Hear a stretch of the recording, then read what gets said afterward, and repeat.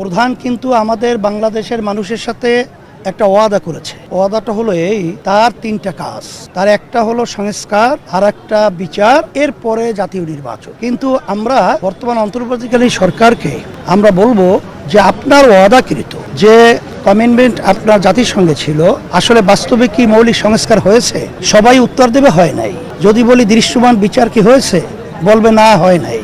যদি না হয়, তার যে জাতীয় নির্বাচনের আগে তাই ঘোষণা কেন করলো, এটা কিন্তু আমাদের কাছে প্রশ্ন।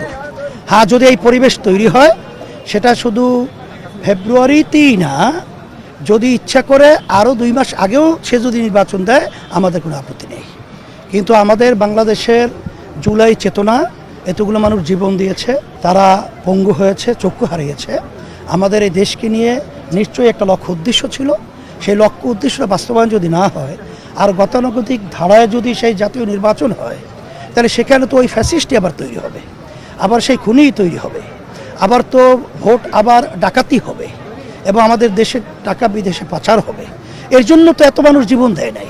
আর এরা বাস্তবতা আপনারা দেখেছেন ভার্সিটিতে, এখানে যে নির্বাচন হয়েছে, সেখানে কিন্তু এত ছেলে কি ছাত্র শিবিরের ওই ক্যাম্পাসে আছে?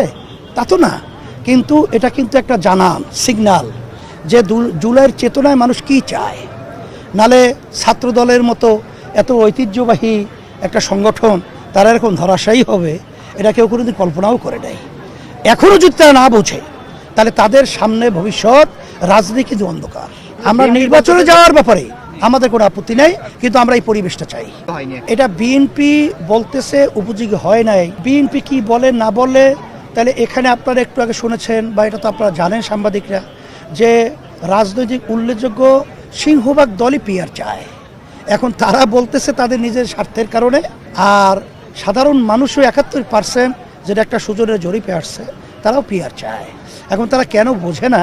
তাহলে তো তাদের তো রাজনীতি করা উচিত না। ইলেকট্রা রেফ্রিজারেটর, খাবার তাজা তো জীবন তাজা। ইলেকট্রা, ফ্রিজের রাজা। যেহেতু 5ই আগস্টের পরে যে একটা ইসলামের পক্ষে যে ক্ষেত্র তৈরি হয়েছে, আমরা বলেছি যে ইসলামের পক্ষে একটা বাক্স আমরা দেব। এইভাবে চেষ্টা আমরা করছি, এবং সে অবস্থানটা মাশাআল্লাহ খুব ভালো দিকে। আর আমরা সাথে আরও বলেছি, দেশপ্রেমিক যারা রয়েছে এখানে, এনসিপি সহ আরও যারা আছে, তারাও আমাদের সঙ্গে একত্রিত হয়ে আমরা দেশ গড়ার ব্যাপারে আমরা নির্বাচনে অবস্থান তৈরি করব। এটা আমাদের সিদ্ধান্তের মধ্যে আছে।